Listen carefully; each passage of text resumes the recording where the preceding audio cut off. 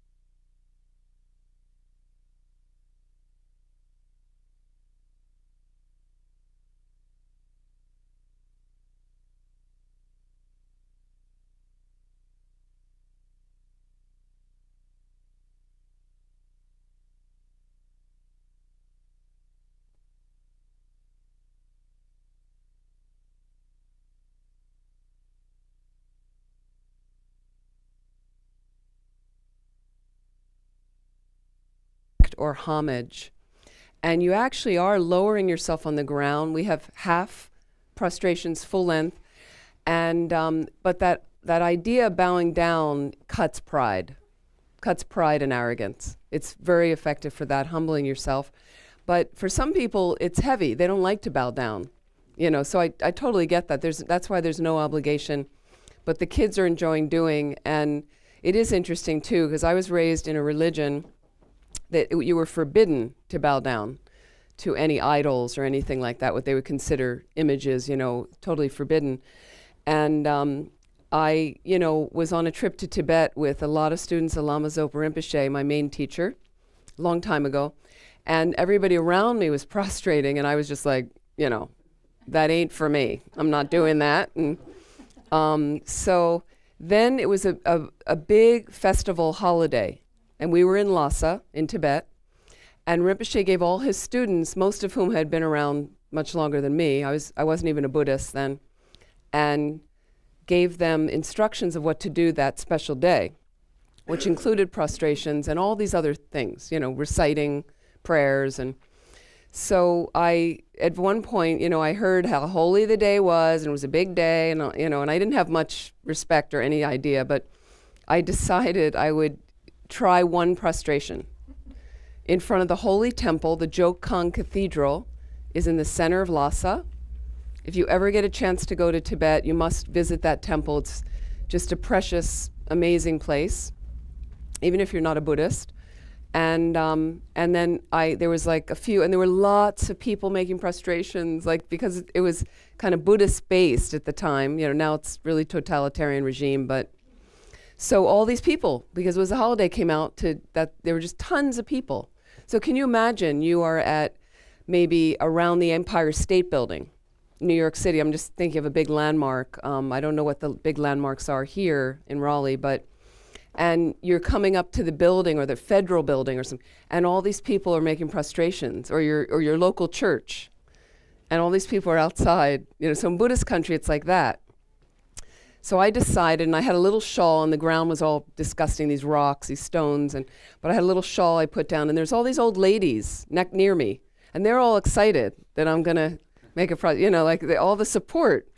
We're in our cultures, you do a prostration, everybody's going to be looking at you like, what's wrong with, another crazy person. So anyway, I learned how to make a prostration, and then I did it, but I first had to look around to make sure nobody was seeing, because I thought if anyone took a photo of me and somehow that got to my parents, it would have been, the worst. So, and I thought the sky might fall in, actually. It was just how I was brought up. So I made one prostration, and it was, it felt so good. So I kept doing, it was interesting. So when you are prostrating, what's another thing you might think about? These are great things that you mentioned. Yeah. You might think about all the good things you have in your life. Fantastic. And something else you were saying? And also what you need. And what you need. Yeah, all the good things in your life and what you need. Your intention. Fantastic. These are wonderful answers. So the most important part before you start is your intention, your motivation. So, I like to think I'm making a prostration because it plants positive seeds in my mind. And those seeds at some point can ripen, like when you plant, you put a seed in the ground and you see a little shoot come up. Some of you have probably done that, and you have gardens. So if I plant a positive seed that I have a good intention, it's going to ripen in happiness for me in the future, which is great. Okay? So what if I have an intention in this tradition that this can plant a seed that gets me to a fully awakened state? When you're really awake, you feel really awake and you're alive and you're sensitized to everything. But the real reason we want to do that, in a sense, to become a Buddha, is then I'm unlimited and helping all living beings. So if you want to fold that into your motivation, then every prostration's a little bit more powerful. Good. So that's one thing to think about, okay? So let's take a moment, if you want to close your eyes and just reflect on your purpose for being here. And just think if you'd like to include that motivation of reaching a place like enlightenment, full enlightenment. Why? So I can benefit all living beings as best as possible. And you want to kind of plant that like you're planting a seed for a glorious flower in your heart. And then when we make prostrations, you can open your eyes. When we make prostrations, one of the things that's really helpful, if you can visualize yourself as big as possible, because they say the more atoms of ground you cover, the more purification possible. And if you'd like, and you have really good visualization, not everybody does, that's okay, you can visualize many, many numbers of yourself spreading out, multiplying. Like you just pushed a button on a copy machine and all these images of yourself go out. So this way, just one of you making a prostration but in your mind, many, many, many of you making prostration. Make sense? Okay. And I'm going to recite a little kind of offering praise to Manjushri. Do anybody know who Manjushri is? It's a Buddha, aspect of the Buddha. Okay, so the second, thank you, wisdom. This second tanka in from the left. It's a little hard to see from here, but he's got a sword, right? Okay, that's Manjushri. So he has a sword. Does anybody know why he has a sword? What the sword does? Because swords can be a little scary. This is a good sword. I'm guessing the sword was for helping people and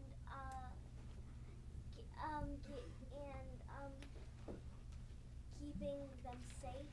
Yep, definitely for that. Maybe if it was a light sword, like you could tap it down on anyone and it wouldn't Like a lightsaber. No, not exactly. But a good lightsaber, right? A lightsaber that maybe when it touches your head, you suddenly have all this wisdom. Wouldn't that be cool? Yeah. Maybe a knife to cut up carrots for the soup kitchen? To cut up carrots for the soup kitchen could definitely be used for that. Great idea. Could absolutely be used for that. It could be shown as bravery or courage. Bravery or courage, absolutely. So these are fantastic answers. And another thing I would add is he's got a sword because a sword in his hand can cut delusion. And what I mean by delusion is when I think mistaken thoughts, and sometimes I get angry, and sometimes I'm sad, and sometimes I'm anxious, and sometimes I yell at my parents, and I don't share toys, and delusion. Anything that keeps you from being balanced and happy and thinking about helping others. Manjushri. So I'm going to say this praise to him. If you want, we can make 3 prostrations together. So anybody who'd like, you can join in. You ready? Do you have enough room? You can guys come out all here. turn this way and maybe You go. can turn towards the images if you like. Yeah. Some of you go on the other side of Venerable Yeah, Amy you on can the come ground. over here, even though I know there's no rug, but it's okay. They'll be We're strong. yeah, on the other side. And then half of you stay here. There you go.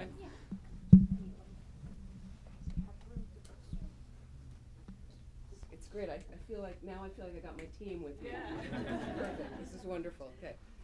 Om Namo Manjushriye Namasu Shriye Nama Uttama Shriye Soham. Om Namo Manjushriye Namasu Shriye Nama Uttama Shriye Soham. Om Namo Manjushriye Namasu Shriye Nama Uttama Shriye Soham.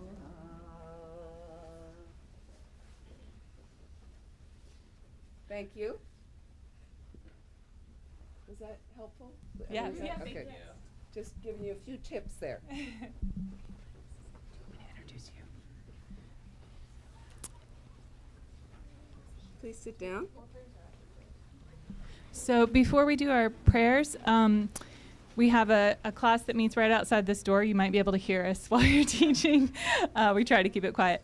The students in that class have a small thing that they've been working on. They wanted to tell you about it and then give you a copy of it. So Evelyn. And are these all the kids? These are all the kids who are here today. Yeah. Okay. Didn't there used to be like twice as many? Or Yeah, I would say or- so. Okay. Yeah. No, I was just wondering what. Yeah. I miss all the kids. Happy to see all of you. So last fall we worked on this newsletter that we made.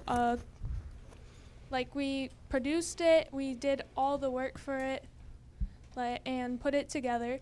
And it's about the 16 guidelines, and we focused on some in particular, but we put it together and it has all sorts of things from drawings to interviews to quizzes, and we'd like to give a copy to you today. Wow. Thank you. Oh, nice. So if you're not familiar with the 16 guidelines, thank you so much. That's very, very kind. Let me have a look at this. Some of you are familiar. The 16 guidelines deal with, in a sense, a more secular approach to, I would say, developing kindness, to being kind. And it has all these really neat categories like contentment, kindness, humility, patience, and they have different people world leaders that embody, one of those things, and then they talk about how they live through it and things like that. And it's beautiful. So here on the front they have contentment, being okay with what you have, not needing a bunch of things you don't really need, right? I mean, just that alone would be so helpful for most of the people I know in the United States, right? Including myself. So when you think about contentment, which is a wonderful place to operate from, are you okay? Don't you have enough stuff? I'm just talking about stuff now.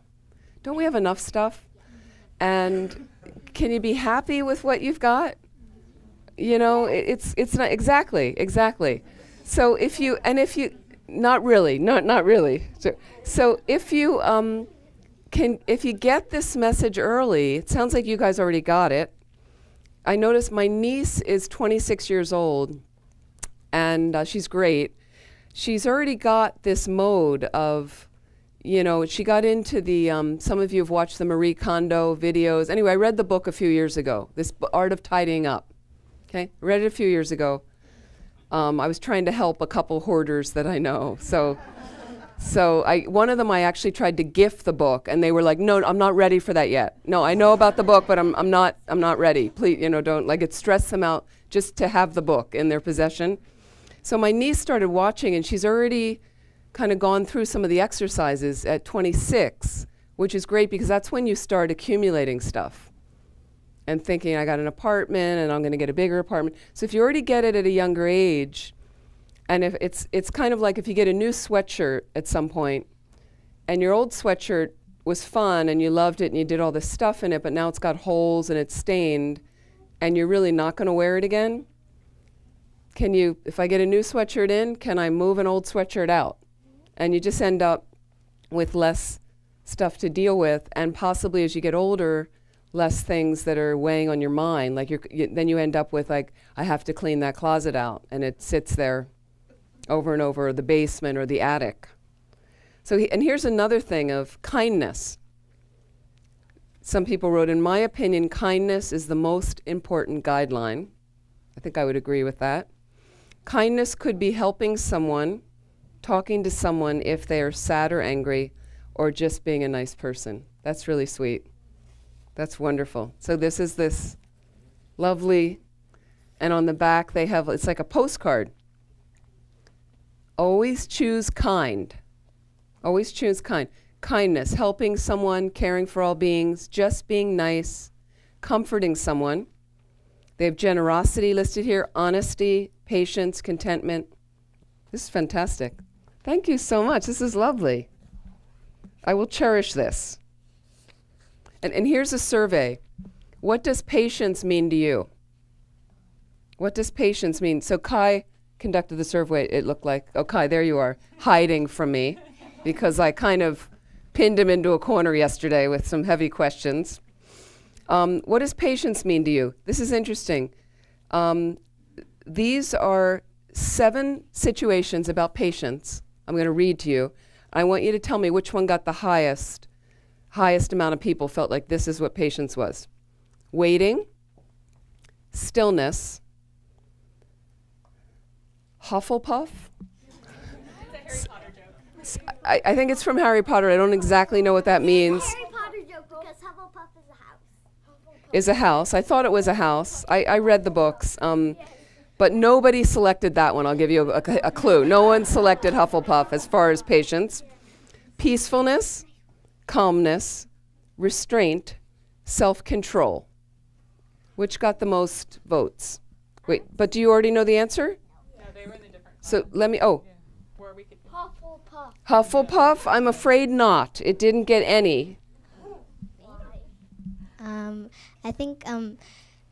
I think it's what the last one. The last one. Self-control? Yeah. You think it was that one? Yeah. Anybody else have any thoughts? Waiting, stillness, peacefulness, calmness, restraint, self-control.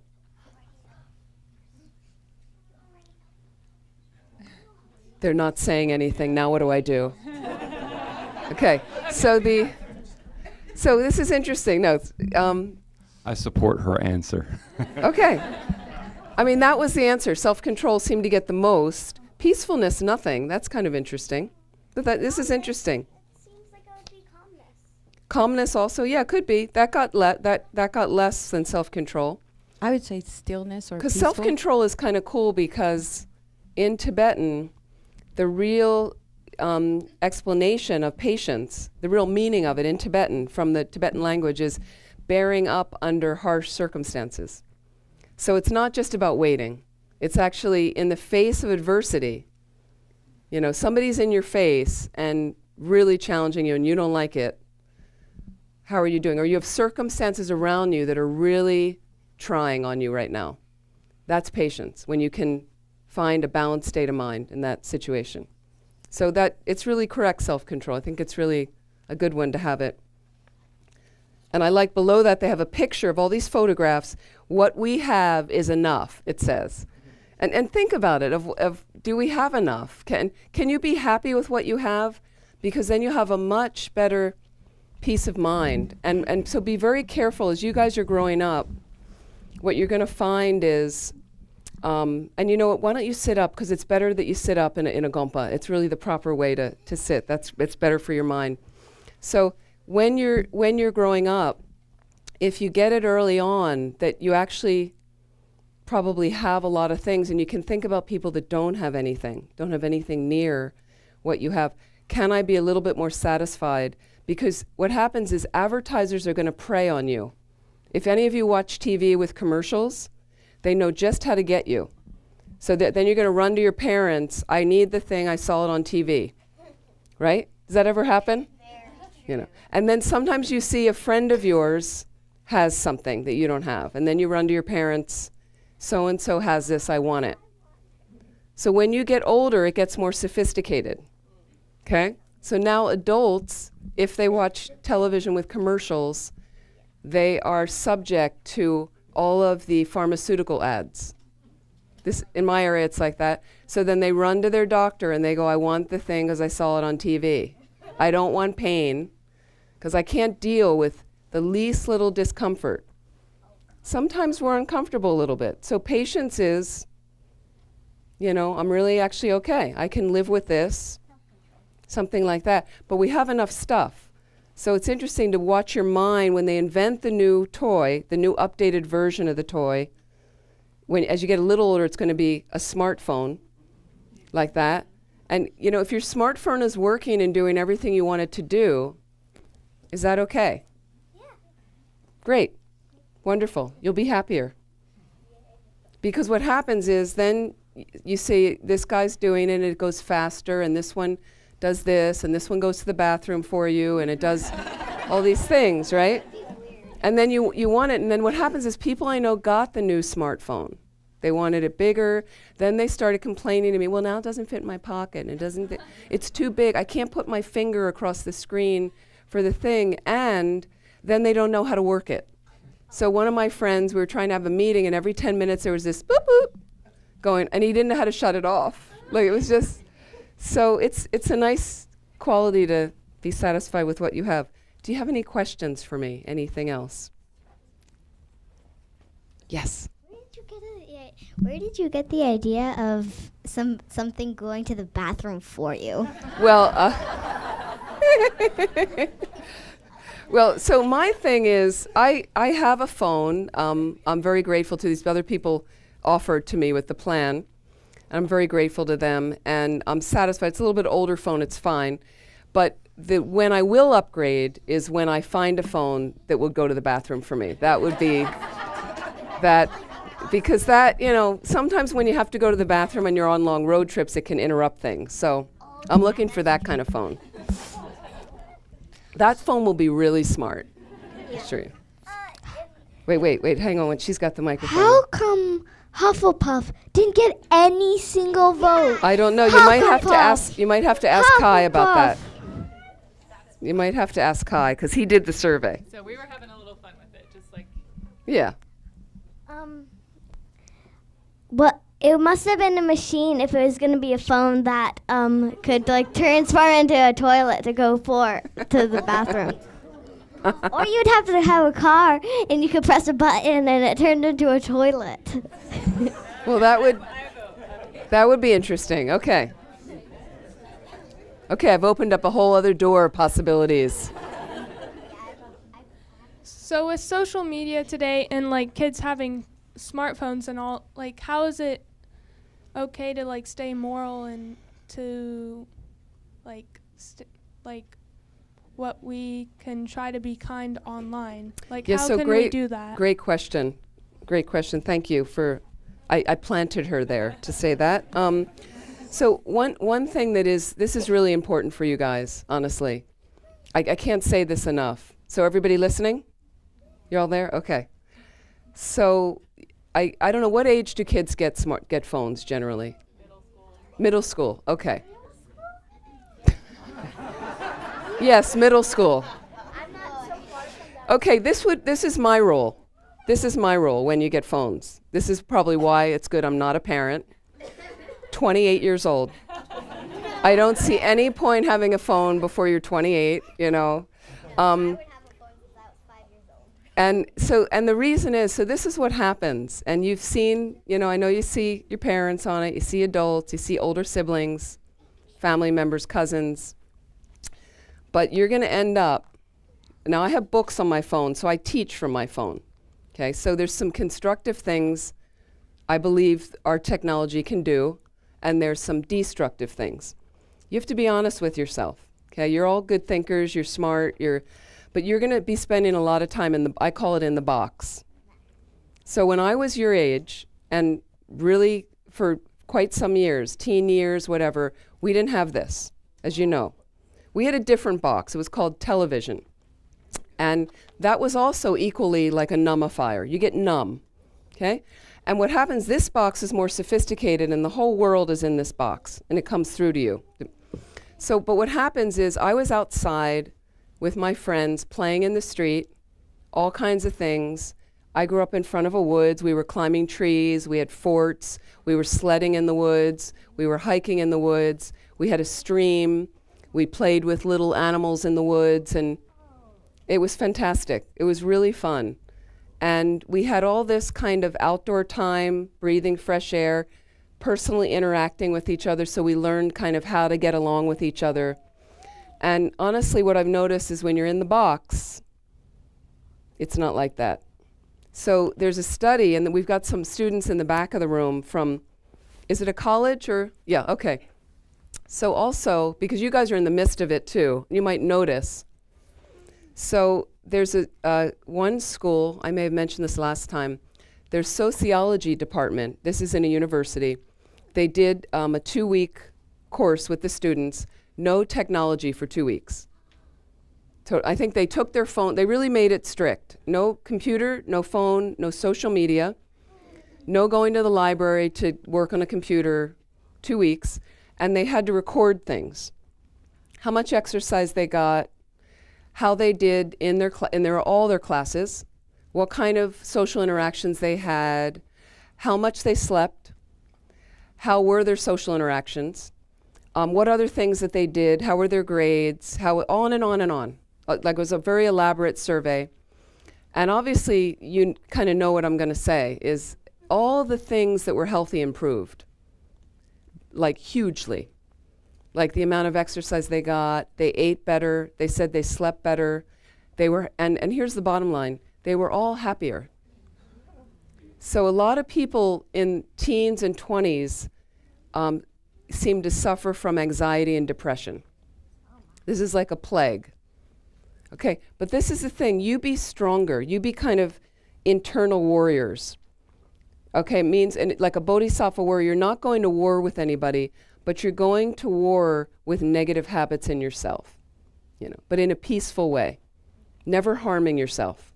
Never, ever. There's no point. There's no point, okay? But what happens is you might end up with a core group of people, especially in middle school, and there's peer involvement.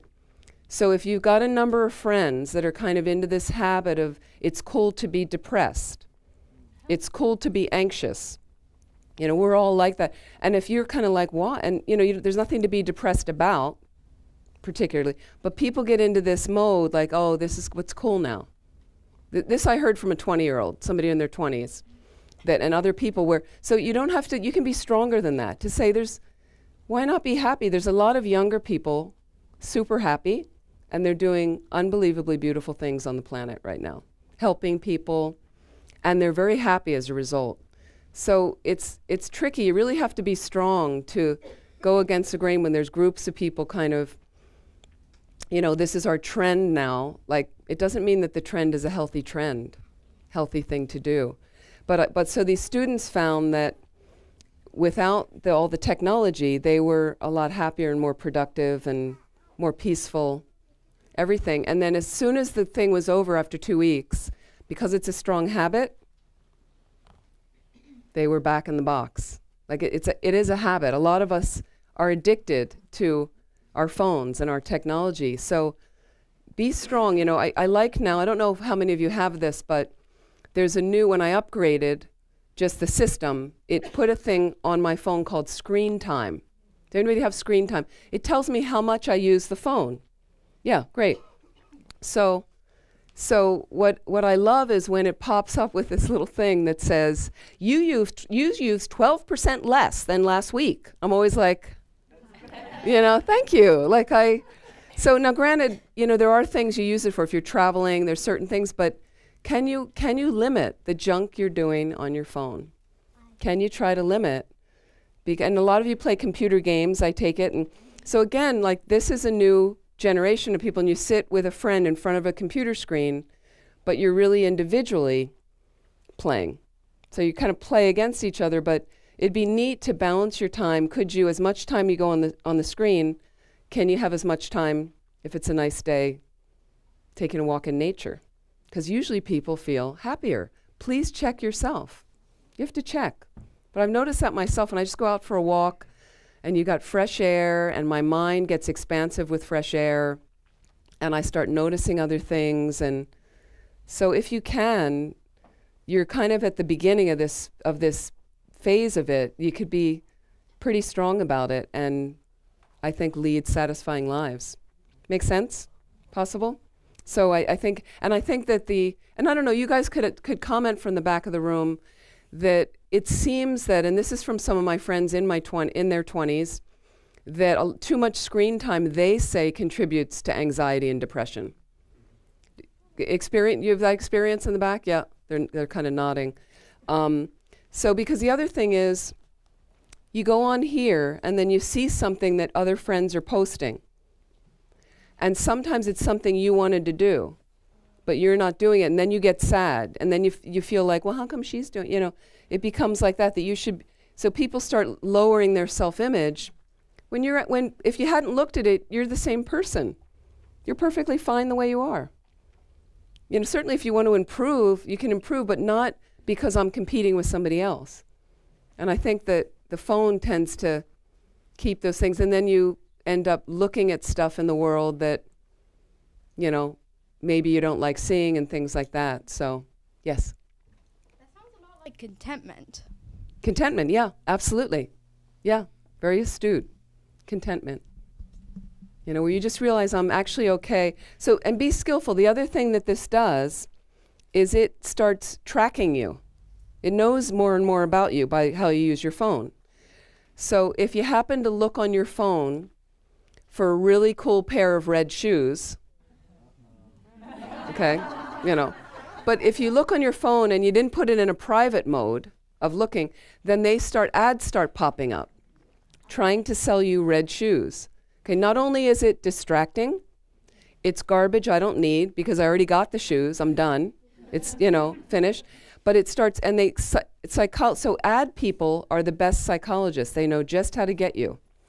And they're going to keep reminding you until you go, oh, well, they're on sale. You know, I should get 2 pairs. You know, it's like so that desire is gonna grab you, and you don't have to give in to it. So you can be more skillful that I don't need those kind of things. I'm not going to be looking at sites like that. Comes up, it just becomes a distraction, and you start believing I need another fleece vest. You know, I need another pair of that. Because so it is a level of this is what your mind's being imprinted with. Okay, as opposed to it'd be neat if, you know, nice little sayings and thoughts like you guys wrote is what was coming up on my phone. If there was a reminder, and you can have things like that on your phone. A reminder comes up, kindness. A reminder comes up, contentment. You know, and then motivation. Oh, did I think about living beings today? Oh, that would be a good thing to think about. You know, so you have to be very skillful. Anything else? What's it? Okay, go ahead. The question is, well, it's not really a question; it's a comment. Sometimes I kind of, when my mom hurts my feelings, it's always happens. It happens with everyone. I kind of try to write her notes because, like, she will not let me walk up to her and go, "Mommy, blah, blah, blah, blah, blah, blah, blah." So I just have to somehow figure out how to send her a note, which is a lot of work. And I sometimes send it to her in reminders. And do you send her a nice note? I'm like, "Mommy, I'm so sorry." Yeah, because you have to know, too, that your parents are doing the best they can. Yep. You know, and all of the parents, many of your parents here, I know that parents go to they've all gone to that, you know, Harvard of parenting school, right? And that's called, they learned how to do it from their parents who went to that school. So this is what's amazing is parenting to me, which is one of the most good parenting, one of the most valuable things to do on the planet, right? There's no education for it. Oh, boy. There's no formal education for how to be a good parent. It's amazing. So your parents are doing the best they can. And parents sometimes need space, you know, like that. So it's understandable to want to, it's nice to write a nice note and sometimes thank your parents for what they're doing, instead of waiting until you're 38 to do it, because then you have your own kids and you go, "Oh my God, I can't believe what they put up with." Please. You know how you were talking about technology and the ads? So there's this show called Magic for Humans, and there's this guy that it was so creepy. So they wanted to know, they wanted stuff on the internet, and they were looking it up. So this drone came in, and he had a package, and so the guy asked them what they would want, and they said fresh tomato, batteries, flowers, and a bunch of other stuff. So they dropped the box, and inside, without even knowing it, the box had flowers, batteries, and fresh tomatoes. So they instantly know it's creepy. And the episode was about how technology is getting stronger and stronger. Yes. Yeah, I didn't expect in my lifetime I'd be living in a science fiction movie. Sometimes I feel that way. Like that. Yeah, that's interesting. I think we also want to make sure we save time for all the grown-ups who came. Oh, yes. Yeah, that's yes. But we usually leave after the prayers, so if that helps you with the next next transitions. So I forget we were going to do the prayers. So let's do that. And thank you again for this lovely, wonderful newsletter. So we're going to go to the Gold Prayer Book. Page 34. That's right, page 34. Shakyamuni Buddha mantra, we're going to do 3 times. You guys are pretty familiar with this mantra, right? Yeah. And great. And he's already reminded me, it's really nice if you'd like, you can put your hands like this. And so when we do this mudra, it's a mudra of prostration. I'm just paying respect. You don't have to do. But we put the thumbs inside, like the jewel in the lotus. So the thumbs aren't empty, like a yoga posture. There's actually always something there, like an offering. O Tayata Om Mune Mune Maha Mune Soha Tayata Om Mune Mune Maha Mune Soha Tayata Om Mune Mune Maha Mune Soha.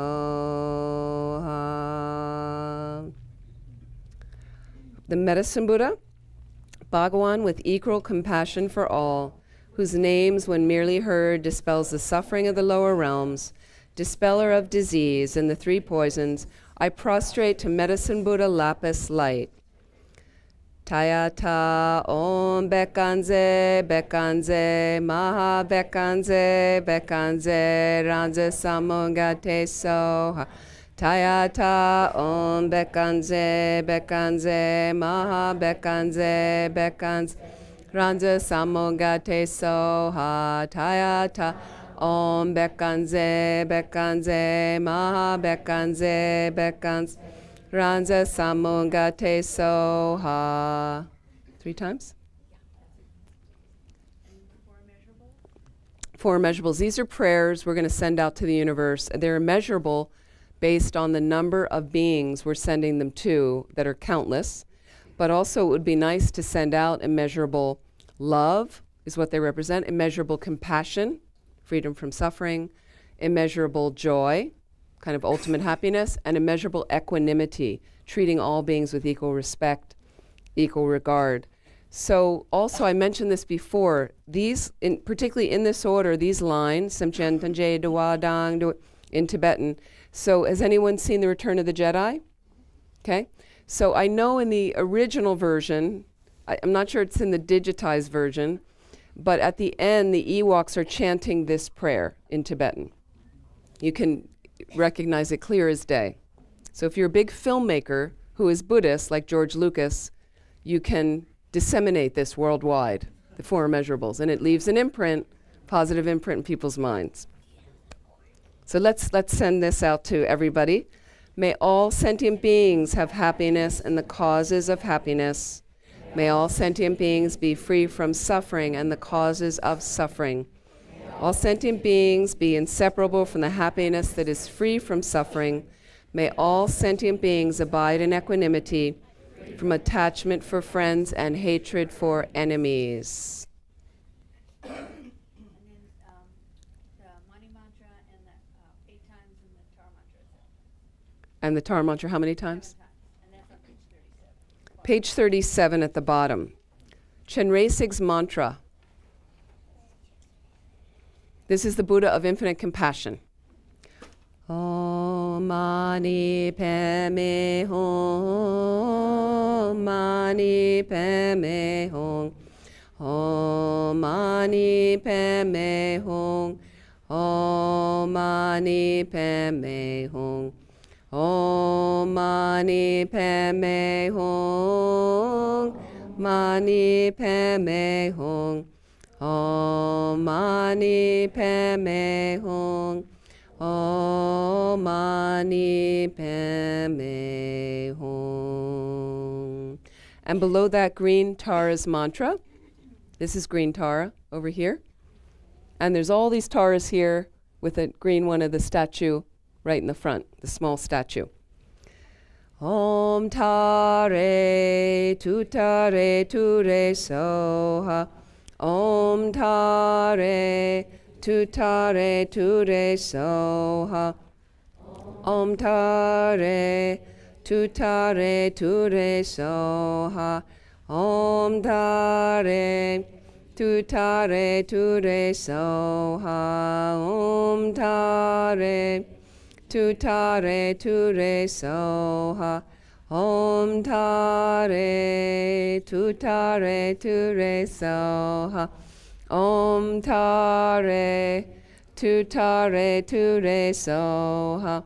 Om Tare, Tutare, Ture Soha. Om Tare Tu Tare Ture Soha. Om Tare Tu Tare Ture Soha. Om Tare Tu Tare Ture Soha. Om Tare Tu Tare Ture Soha. Om Tare Tu Tare Ture Soha.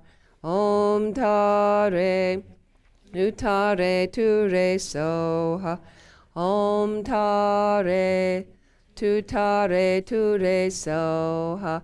Om Tare Tu Tare Ture Soha.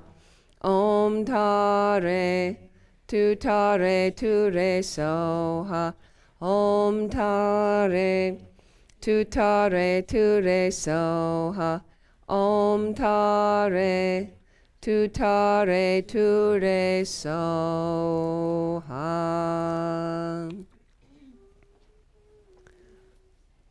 Do you guys not know the mantra? We just say it a little differently. Oh, do you? Oh, sorry. Yeah. Okay. Om Tare Tu, and so.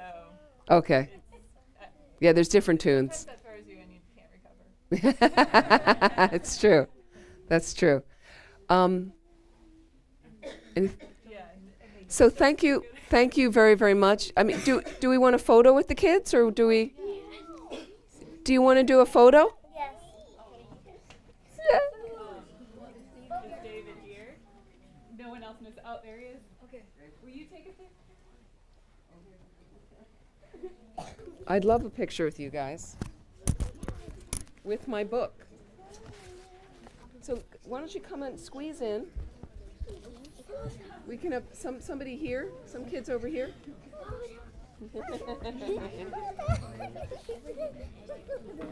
This is great. Maybe some more people on this side. A few people on this side. Oh, that looks good.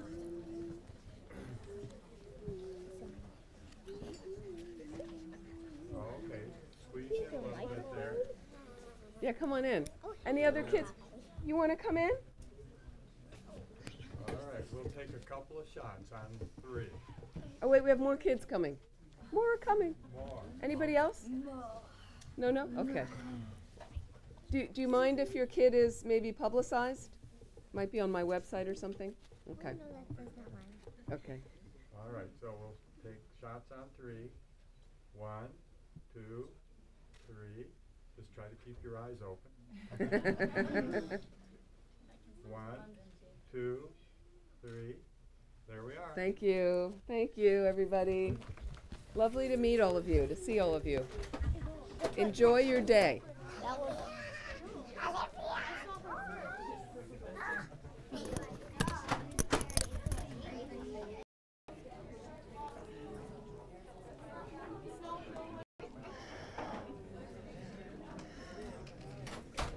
If people have questions to better focus or tailor a teaching for you. So I was kind of interested in, I think some people were going to, and anything, even in the back of the room, anything about Buddhism. Basic question in the last 2. Can you wait and use the microphone because people are streaming? Thank you. Do they have a reason? Are they real words, or they're just sounds that you have to interpret? Sometimes it's in Sanskrit, generally. So I always wanted to know what they meant. You know, we want to know every word of it, and fair enough, right? So generally the mantras on some level mean similar things. You know, you're paying receive for more suffering, and on a higher level, it's all trying to remind you about your way and the view, to know specifically system. So there's kind of a network that runs through your body that's not something you have faith in. If somebody's given you the mantra to say, you have some level of some positive effects in your mind. So a lot of it has to do with our faith, and this is hard for a lot of people in the West. We don't have a lot of them, but my own faith, the way it's worked is I sought some advice from, let's say, Lama, but I asked a little question, because students said, don't ask Rinpoche unless you plan to follow the advice. On this trip with his big group to Tibet. And I had a whole other trip planned. I just said, now I'm interested in Tibet. I want to know what's best. Tibet, and unique and extraordinary. I didn't have any question. A year later, I had another opportunity to meet him. And again, I asked another simple, if I'm doing mantras, I feel like once it's been given to me in the right lineage, and I feel I have faith that it does work, and I've noticed, you know, my baby level, because it brings wisdom, like that. Chenrei purpose. And I mentioned, like, if you're, you know, the Tara mantra, that particular mantra tends to eliminate obstacles. And there are times I teach a lot there for our center in New York, and they're in Brooklyn. You know, I'm like, I go, but better for me to go back to that than you see, oh, I just drive around a block and look for a parking space. Not with it on the mind. So they're always useful.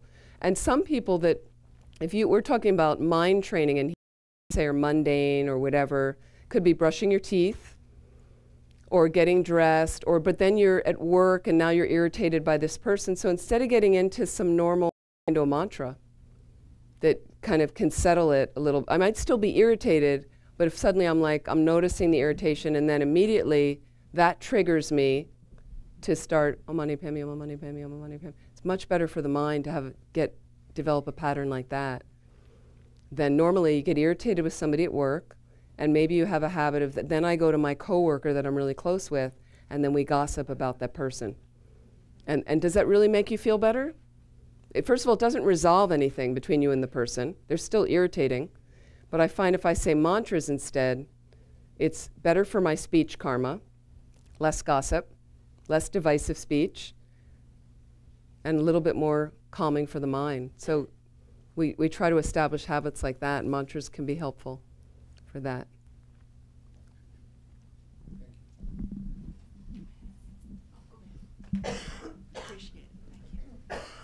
Is there a mantra or practice that you recommend for people that struggle with like anxiety and depression, as far as just every day if you get like panic attacks or just struggle with that? Yeah, the mantra, the Buddha of compassion, is really helpful. Compassion for yourself, you know, visualizing like light rays coming into yourself.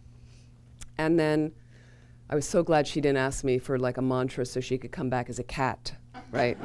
Because Geshe Gelik was telling me once, some years ago, I asked him, he came to our center in Vermont, where I used to be, to visit, and he had been here about 11 years at the time, and so he said to me, I said, Geshe, it must have been really hard when you first came. It's a very different culture than the monastery in South India, obviously, right? Different country. And I said, it must have been very hard. And then he looked at me, and he, with his, you know, his eyes got very round. He said, oh yes, you know.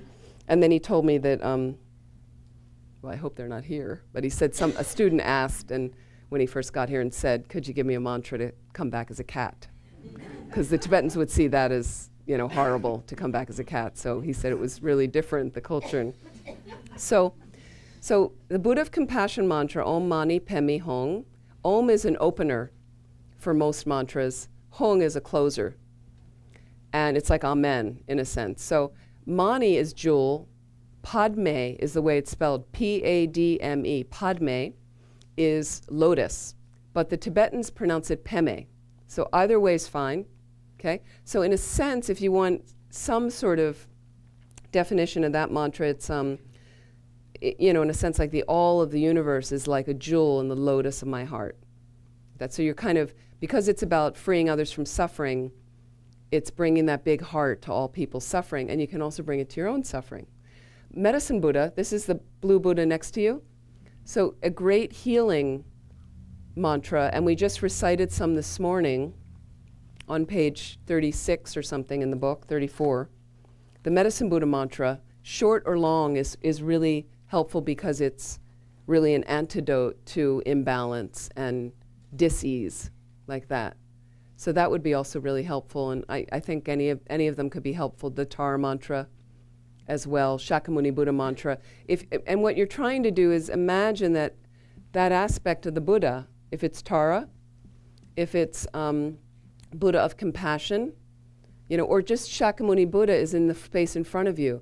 So you feel anxious or depressed, which is common for a lot of people now. Some people have had it for years. But imagine you have a virtuous friend out there. So when we're anxious or depressed or we have trouble, we run to our friends and family, right? And you know, perfectly fine. You want some support, some comfort. You know, these are the people you're most familiar with. So are they enlightened? Right? They're limited. Their mind's limited. So if you run to them and ask for help, they'll give you a certain temporary level of support. But if I turn to Shakyamuni Buddha, who is omniscient, all-knowing, like that, now I might not feel that familiar to the images of the Buddha, the Tara, but through the practice you get more familiar, and they become the people you turn to. Not exactly that you're seeing a live Buddha in front of you, but they say if you just visualize there is somebody good that comes. You know, now you're not going to really see them, but you have an experience. And then imagine light rays coming from that emanation, whomever you're visualizing. Maybe you have trouble visualizing, so maybe green tar is a green light, emerald green light out there. Maybe Shakyamuni Buddha, a golden radiance coming to you and driving away all the depression and anxiety. Thank you. You can try a little bit like that. It's hard. It's hard. And know that depression and anxiety is not the true nature of your mind, and it's impermanent.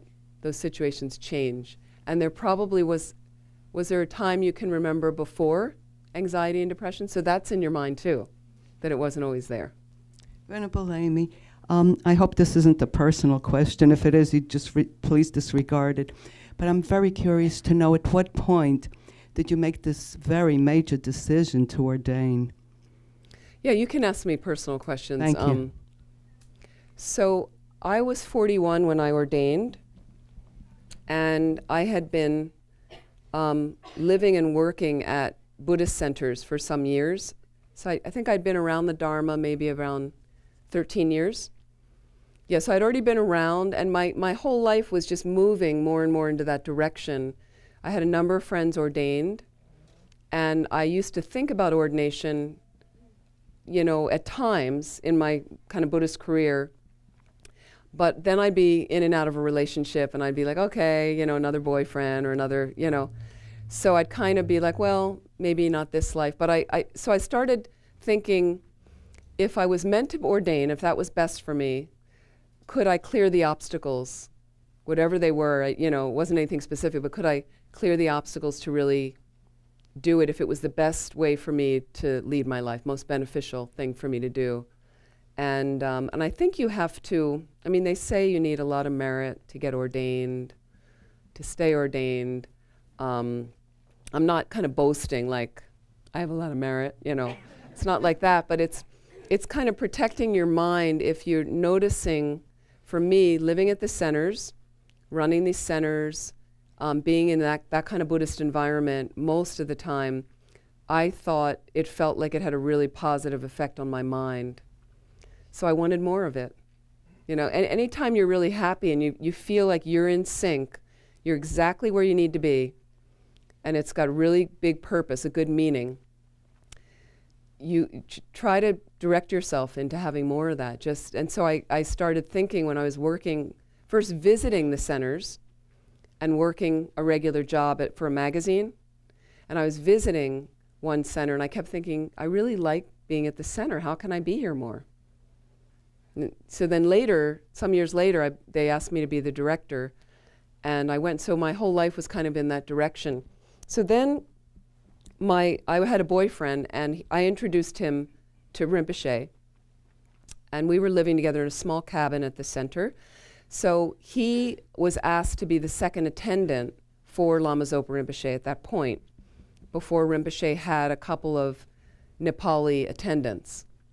They needed extra help. And as a lay person, he was asked to be this attendant, which was very unusual at the time. And so that was a big shock for me, because in a sense I had talked to Rinpoche about Brian, because Brian had all these wonderful skills that would be helpful.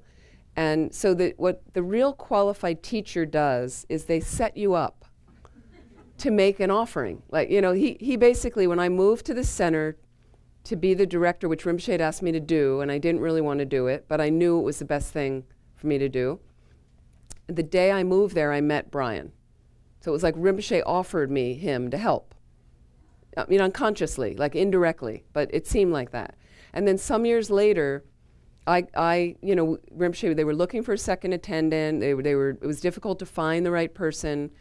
I knew Brian had all these skills, and it wasn't for me to offer Brian, but I just said to Rinpoche, please consider Brian. He's got all these skills, and and then Rinpoche was so cute. And then we were at Laudo in the holy cave. It was such a precious time.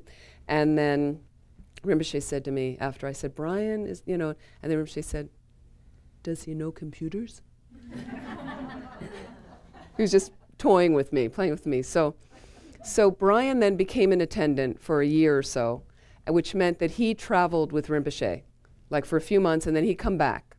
And when he'd come back, he would only be with me for a couple of days. And he'd come home, and usually he just needed sleep. So, because Rinpoche doesn't really sleep much. So he'd come back, and I could kind of feel that the relationship was changing somehow, that he was getting more, then he wanted to get ordained.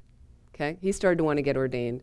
And I wasn't really ready, but I didn't want to stop him. And he asked me, and I said, if you want to, even when he became attendant, he asked me, and I said, I think you have to do it. It's the best job. It's a very unique job if you're on a spiritual path, to attend a great master like that. So then he wanted to get ordained, and then you have couple karma. Then he wanted to get ordained with me. But for me, I had to be clear that I wasn't ordaining because he was ordaining, because then it wouldn't really be a good point. So I thought about it. There's my wonderful friend. Lovely to see you, Jampel. Oh, I'm so happy you came. I so wanted to see you. As you know, Jampel is a very, a master artist, really, incredibly skilled artist who made the beautiful stupa here. But he helped me at Milarepa Center with many, many glorious things that are still there. The stupa decorations, an offering room that is gorgeous with the altar. It's amazing. So then he wanted to get ordained, couples karmas. So then Chöden Rinpoche came to the center, who was a Vinaya master of the ethical conduct of monks and nuns. And Lama Zopa was at the center. So we had these two major beings at the center. And it was a really interesting story. So we were hosting a big retreat with a lot of people for, I don't know, 6 or 7 weeks. And I was the director of center organizing. So we had a group, one day we had a group of people that were going to do what's called the fire puja at the end of the retreat, which means there's all these substances that have to be washed, like grains, and wood has to be prepared. And so I had a group of people doing that. We had a long life ceremony. So this is all morning, 4 hours, a ceremony for Chöden Rinpoche. There was a huge mass of things to organize. And then Lama Zopa Rinpoche lobbed on top. In the afternoon, before the fire puja, you should do another special long ceremony of 1,000 offerings to Maitreya, the Buddha of loving kindness. So it was kind of an unusual day. And it was Sakadawa. So it was a big holiday. It was the full moon of this major holiday. You can't imagine. It was the best day of my life. I think it was one of the best days of my life. So what happened is, shortly coming into this, there were 2 public ordinations. One was 2 weeks before and one was 4 weeks before, with Chöden Rinpoche, because he was very special. And 3 people got ordained in each ordination, but they were public, which doesn't happen. People could watch them, and it's very unusual. So sometimes I think this is the real conspiracy theory. These lamas were really trying to get me into robes, indirectly. Like when I look back, I go, how kind of them to set this whole thing up for me to get into robes. It wasn't just me and others, but really there was so much going on for me.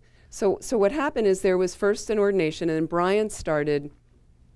He used to make kind of rash decisions. He goes, I think I want to get ordained. I have robes here, and there's an ordination later today, and I think I'm going to do it. And then and I was kind of like, okay, there goes my boyfriend, So the attachment, right?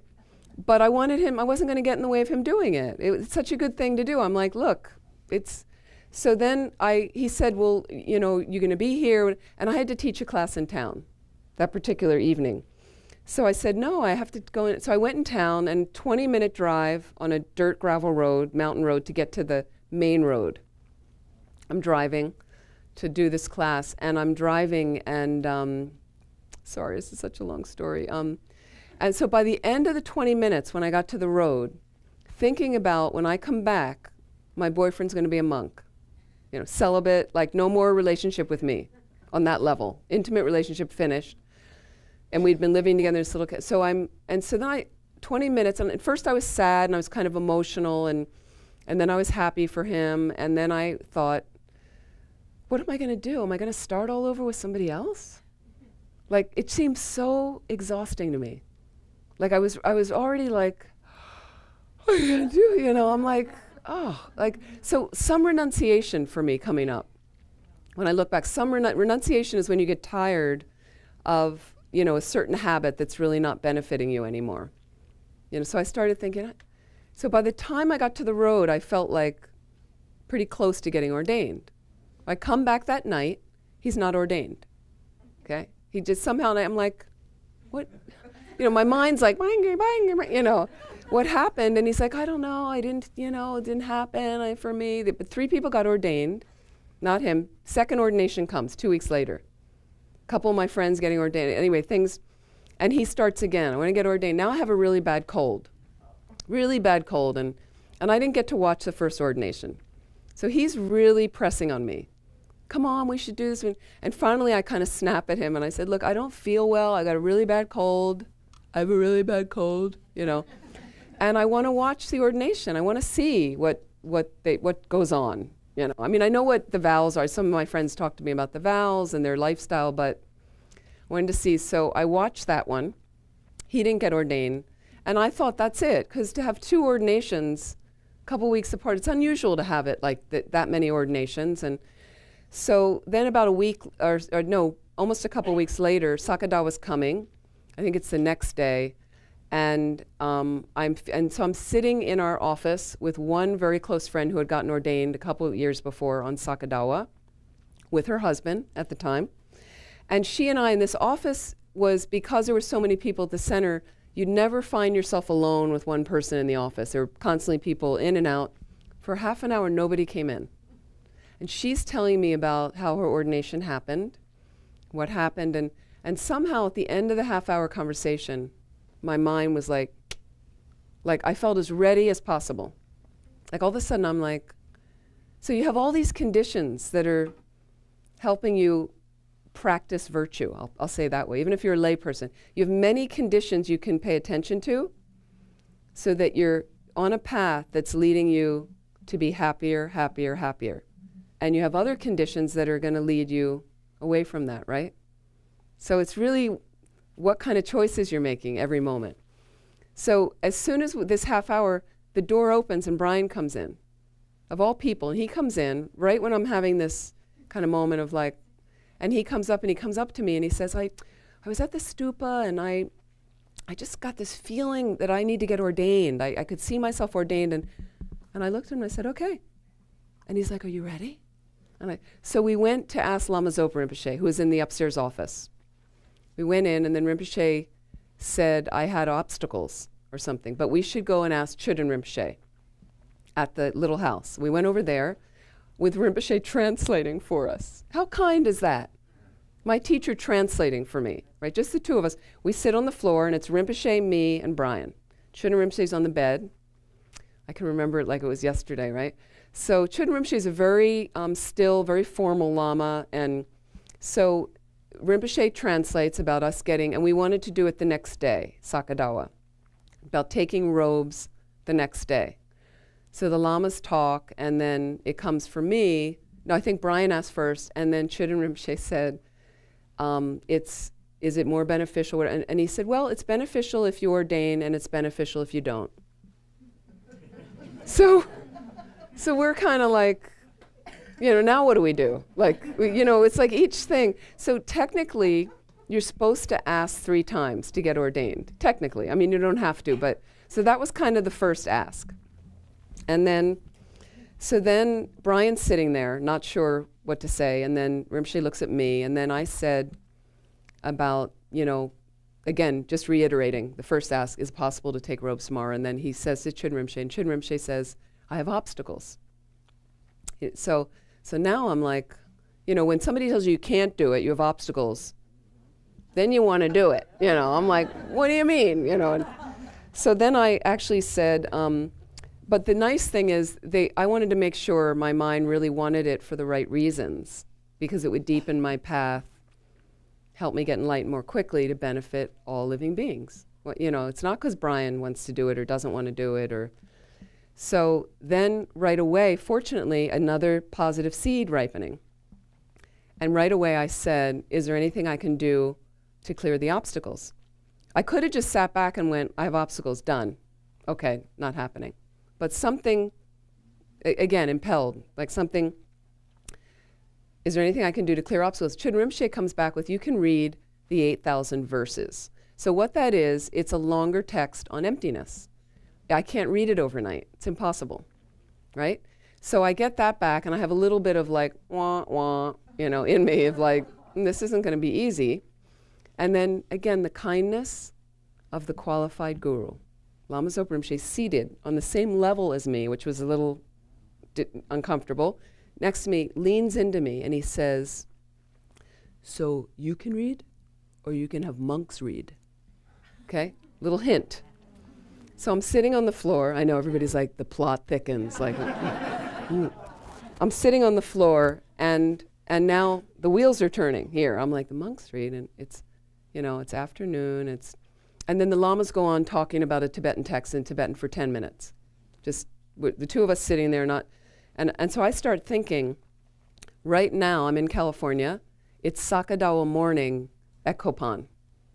It's already, the day started for them, the big holiday. So I thought, if I could email them now, maybe somebody would get the email. You know, I don't know if they're even checking email, but there's people that work in the office. I could send the email, and maybe somebody would start reading. Like, because sometimes you just start something, Rinpoche advises, and that's a huge purification. So I thought, I wonder, and so I'm thinking this, I don't know what Brian was thinking, something about, should he ask again? And then the lamas stop, and then Rinpoche looks at me, and then I said, and he said, is there anything else? And I said, well, oh no. And so then Brian, they look at us and they said, anything else? And Brian said, well, I'm not really clear about, am I ordaining tomorrow, am I not? And then Chöden Rinpoche said, yeah, good. Okay, so that was done for him, you know.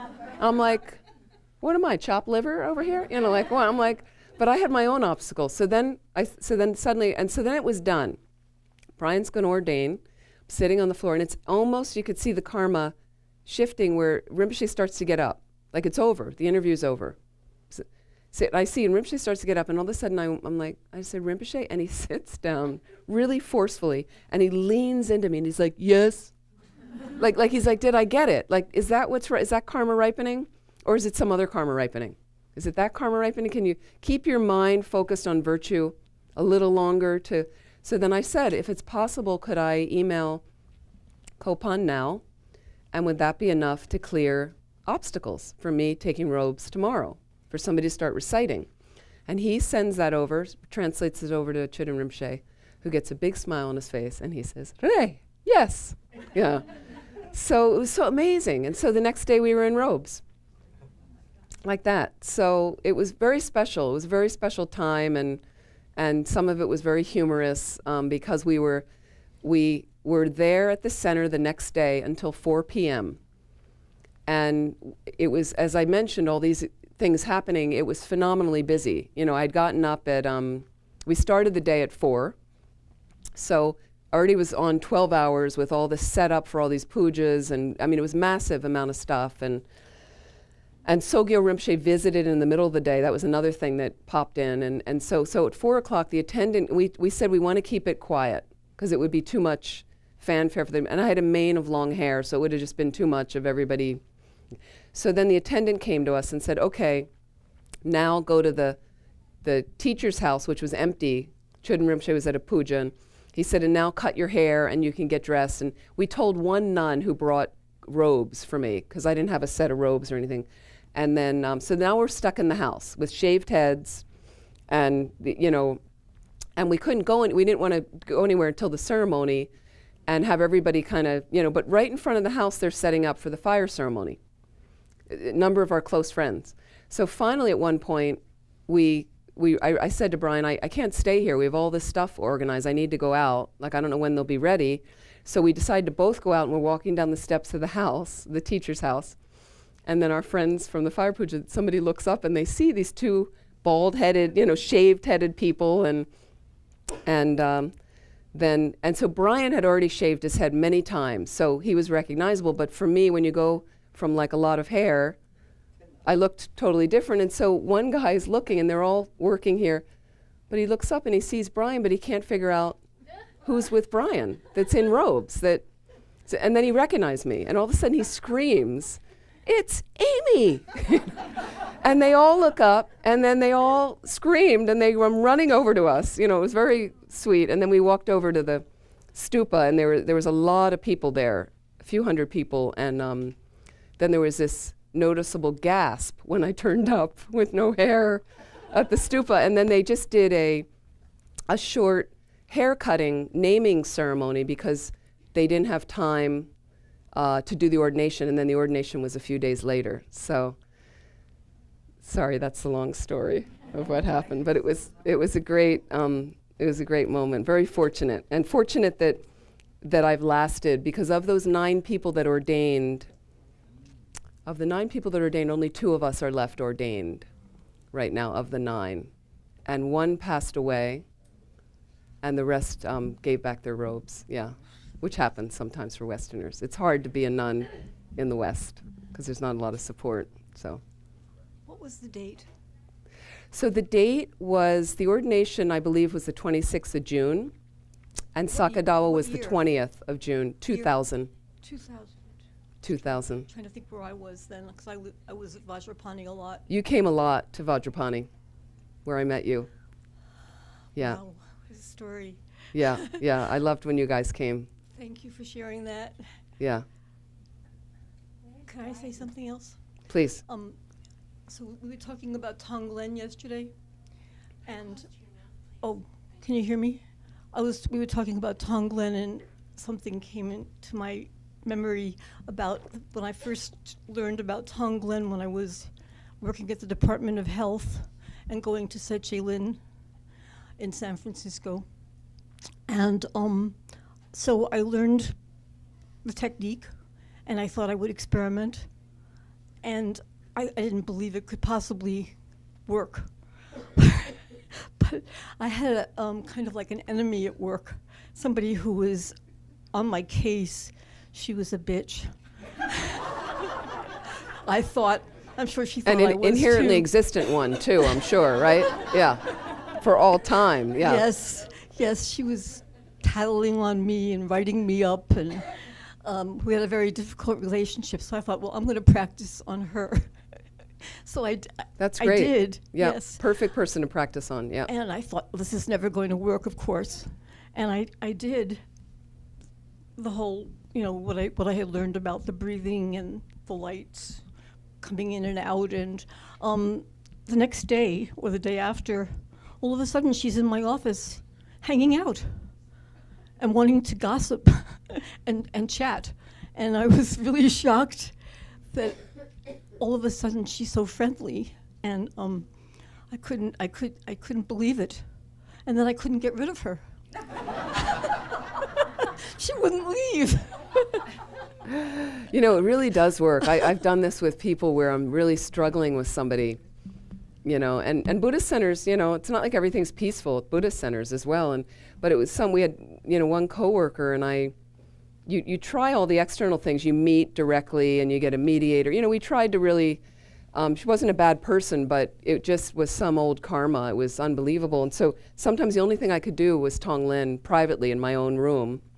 And then I'd come out and it would ease. Something was eased between us. It was so amazing. I was really like, like it obviously does something. Not that we see what's going on, but it does seem to have a very profound effect of releasing others from suffering, offering them happiness like that. Yes, so Tonglen meditation is more of a higher level practice, giving and taking, but you first are taking, and what you're taking just through visualization is others' suffering. You know, and then what I'm offering is all my happiness and goodness. And so people normally are like, what? You know, what? The suffering doesn't harm you, but you can imagine a constricted knot of your selfishness kind of at your core, you know, and that's what I'm diminishing every time I breathe in the suffering from someone else. Breathe it in. And you can also do Tonglen with yourself across from you and take the suffering that you're experiencing with this coworker and offer. But it's nice when you do put the difficult person in front of you. And at first it's hard to do because you're like, I don't want their suffering. They're a jerk. But you have to kind of push through that because that's ordinary thinking. And ordinary thinking keeps us mired in negative patterns in our mind. What we're looking at is extraordinary thinking, like more like a Buddha thinking, omniscient thinking. And it really seems to have an effect. So you can take it in any images that represent suffering to you, and you can offer with any images that represent happiness for you. Mounted on the breath, because you're breathing anyway. Why not use your breath for something positive then? Like that. You can do it anytime. There's a question in the back. He's been waiting patiently. What? Hello. I'd like to, I wanted to ask a question yesterday, and if it's pertinent, you spoke some, and I've heard Geshe-la say, he talks about living in today as if it were a dream, as in like a dream. That you like a dream, and you seem to put emphasis on like. That's like a dream. And I just wondered if you could expand on that a little bit. I'm not asking for advice. Sure. Yes. Like when I was saying yesterday, if you're a child of a child, be a child in between your meditation times, or be a child. One of the slogans of mind training, be a child of illusion, which is like see everything like a dream. The reason I add the like is if you see everything as a dream, then, you know, I can step in front of the bus because it's a dream. But if it's like a dream, you have to practically engage to know I can't harm myself or step in front of this speeding car because I'll get killed. But I can also see the speeding car instead of getting annoyed with them. Why are they speeding down this road like that? It's kind of like, it's just like a dream. It's not, I don't have to attach any more importance to it than I can. So sometimes we have problems that arise. And when they arise, we devote more and more mental energy in a negative way to them that solidifies them. Not helpful. So if you can, it's about lightening up a little bit and seeing everything in that kind of dreamlike basis.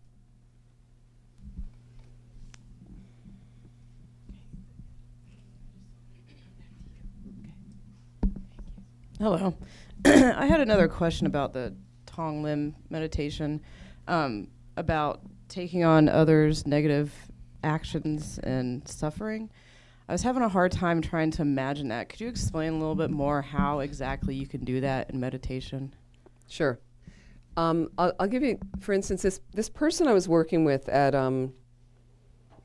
one center, I found very challenging. And,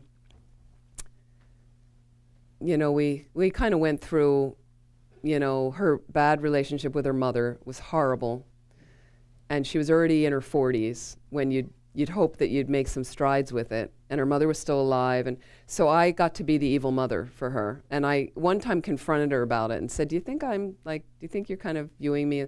And she said, she owned it. She said, yeah, probably, you know, that. So we had some old karma as well. And so I put her in front of me. And I thought if she hasn't kind of been able to deal with this difficult thing with her mother, she also had gotten a very serious illness that I think was related to that, but I can't say, I don't know. But she had some real difficulties, I think, going through space. So I could see that as suffering. And then I could put the suffering into whatever images I wanted to make that, whether it's colored light rays or words, you know, of things that she had kind of hurled at me and things. And so I would just, as I'm inhaling, take that in those visualizations. Let it chip away at my own selfishness, you know, that was seeing me as too important and whatever that would get in the way. Let that diminish, and then I'm in a space freer, lighter, you know, happier, and let me offer her all happy moments and all resolution of difficult relationships and whatever she wanted, good health. And it made me happier just doing that, and whatever images represent that to me. And I noticed just the process of, you have an enemy, what if you wish them well? It's totally adverse thinking. This is what mind training is, totally the last thing that the United States of America would say. You have an enemy and you're going to wish them well? Okay, but this is what undoes the harm. This is the catch that I find unique, you know, to a lot of spiritualities, that is the thing, is we have to really find a way to love other people. I'll put it this way, to not make it so woo-woo, but create healthy relationships with others, especially those we label as enemy. Because then the enemy goes away. You know? Like once you become friends with them, that woman didn't bother you anymore, except that she's hanging out in your office too much. But they don't bother you the way they were, where suddenly she's really difficult, like I don't want to see her. It's like that, and it really does shift like that. It's amazing to ever have a positive thought about somebody you view as difficult. Okay? This is radical. This is radical work. And this is why it's higher level practice. Because most people are like, this person harmed us, or harmed my family, harmed my kid. Now, it doesn't mean you don't keep protecting your family and your kids. Be wise. But for you to continue to hate out there, it only keeps you prisoner. The person may have even died, and you're still... So you have to check your own mind experience. How does the mind-heart experience feel?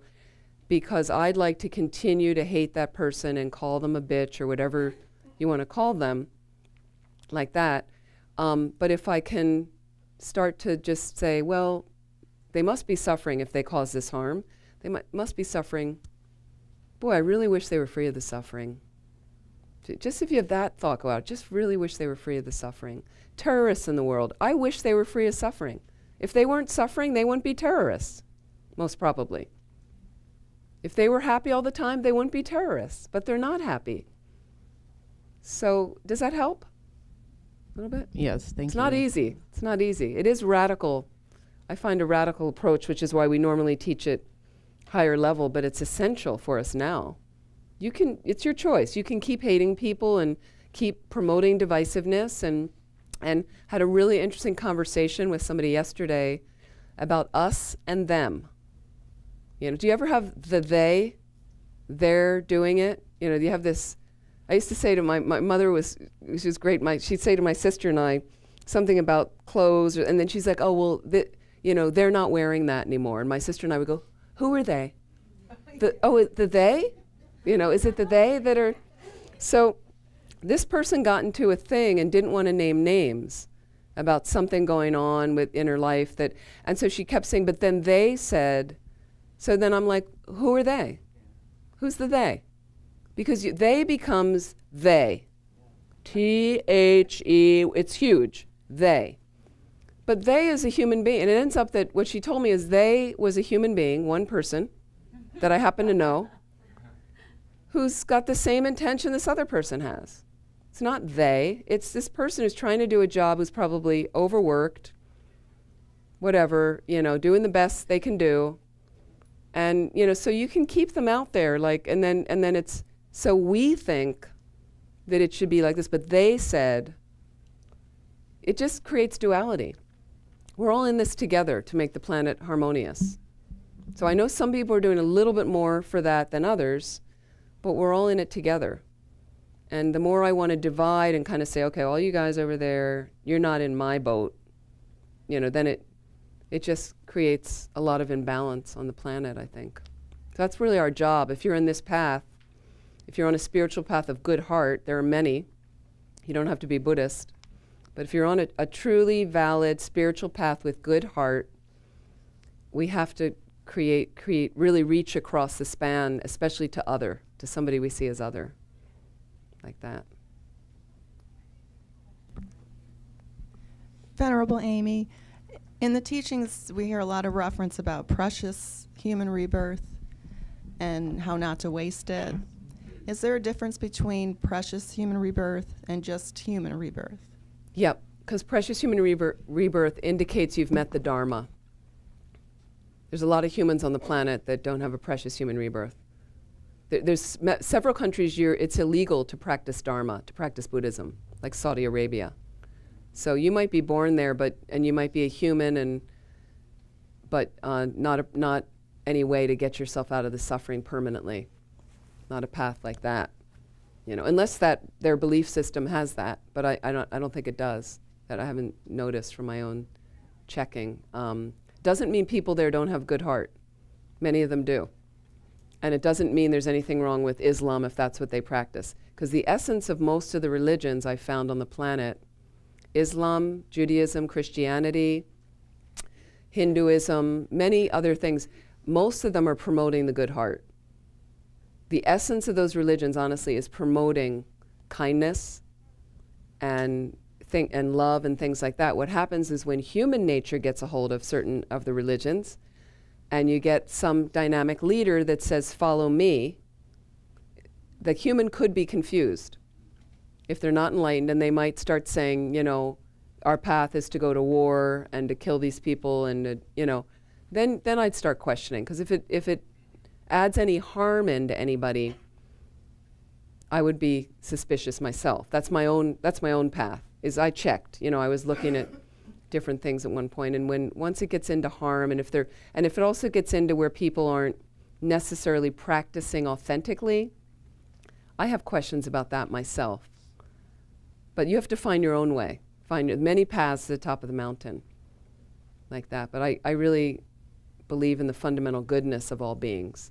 But human nature is flawed, so we make mistakes, and we have the wrong view, and then I say the wrong thing to somebody, and then that person gets upset, and that's, we're trying our best. We're trying our best.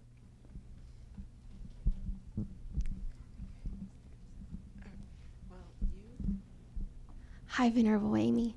Hi. I have a grandmother that is suffering with Alzheimer's or wading through Alzheimer's. She's actually quite happy in a blissful state at the moment. And I have found it to be a very spiritual, rich time for me as well, because I at some point I stopped existing to her. You stopped? I stopped existing to her. She Okay. stopped knowing who I was. She doesn't know who you are. Okay. Right. So we just spend time together as friends. Usually she thinks I might be her sister. Okay. So it's kind of cool. And you are, in some way, in some life, you were sisters. Yeah, right, for sure. Right, yeah. right. So again, there's a spiritual richness there. I just wondered if you had any thoughts about Alzheimer's and dementia as it's growing. Sometimes I feel like I might be in a rush to train my mind before I lose it, because Alzheimer's runs in my family. It might be a possibility. I'm not quite sure. If you had any thoughts about how it's becoming an issue in families, and how we might support people dealing with a loved one with Alzheimer's. Yeah, I mean, I'm so sorry for what you're going through, if it's difficult with her. However, one benefit is if she's in a very peaceful place, like you said, because sometimes with Alzheimer's, people are not, and they're agitated, and they have to be restrained and hospital. Like it's quite serious. So I have met a couple people where in their Alzheimer's and their dementia, being older, one of my friend's mothers as well, she was never really that nice of a person, and she's turned into a really nice person now. Like, it's been an incredible transformation of, I've seen this happen a few times. So it's nice that you still maintain a relationship. It doesn't matter if she knows you. I mean, it's a little sad on some level, but you're there, you're showing up. I don't know where the mind goes at that point, like what is their experience? I don't know what Buddhism really says about that, obviously, than just some karmic imprints where you're not going to be engaged as much with an accurate reality externally. I don't know what the internal experience is. You can purify anything. So even if it runs in your family and you purify the cause to have dementia later, you might not have it. So there's purification practices, and I certainly hope you don't have to go through that. The other thing, I think the reason it's turning up more, I'm not really sure, but people are living longer than they did. So my parents,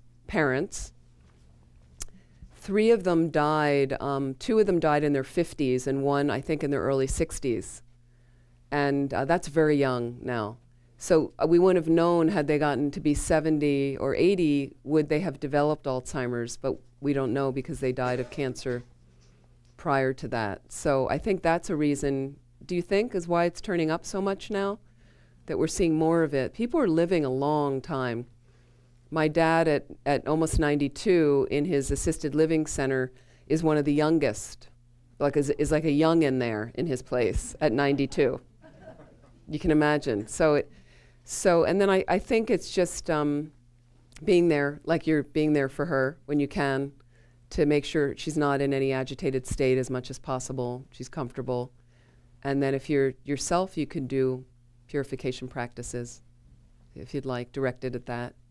Now, if you get a chance and you eventually have like a highly qualified teacher, you could ask them, someone like Lama Zopa Rinpoche, for practices for your life. And Rinpoche does give specific things for individuals and you get a whole computer printout of specific practices, and there'll be blank lines, so some of it he fills in, it's filled in just for you.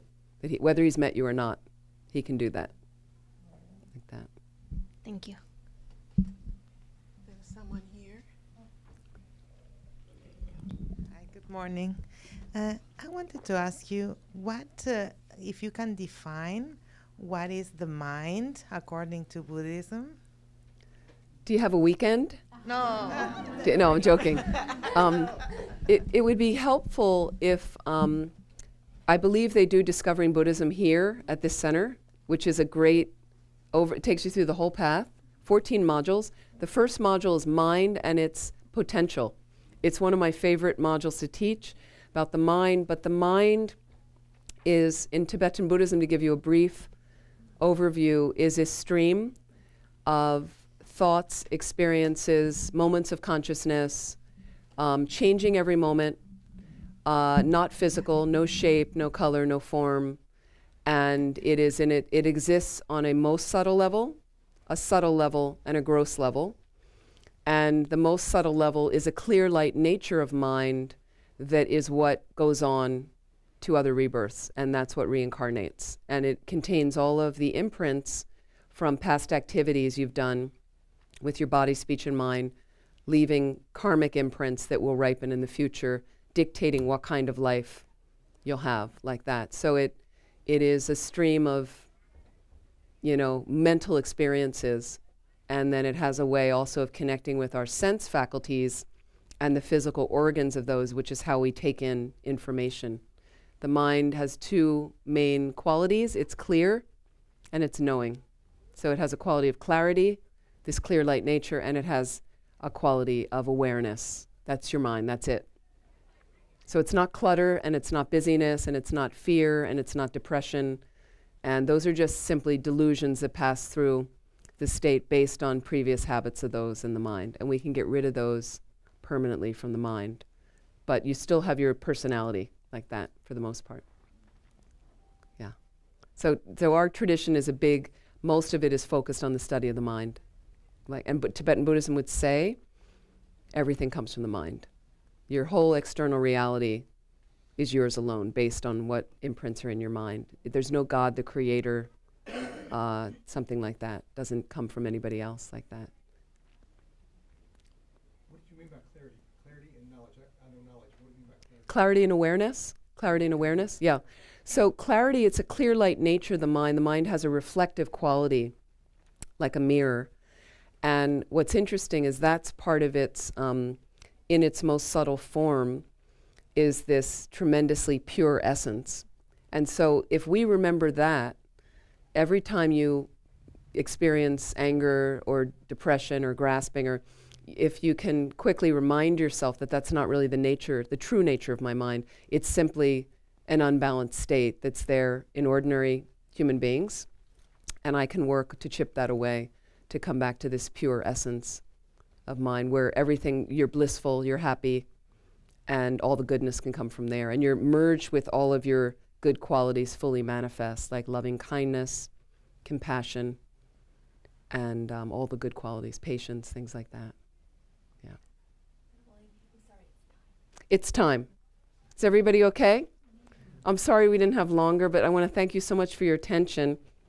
I'd like to dedicate whatever positive energy we've created, may it be helpful for you to find peace in your heart and mind, and to very much practice kindness from that experience as much as possible. Our planet needs us to be kind, be kinder. Can it also help us, if you're interested, to move along a path to full awakening, as then you're unlimited and benefiting all living beings. Thank you very, very much. I have a card if you're interested. I've got some teachings associated, and it's connected to a YouTube channel if that's helpful for you, where teachings are categorized by topic. Feel free to take a card. I've got a few left. There's also a pilgrimage I'm leading in May 2020 to Laudo, which is a remote retreat center near Mount Everest. We're going to do a 3-day retreat there. I led one last October.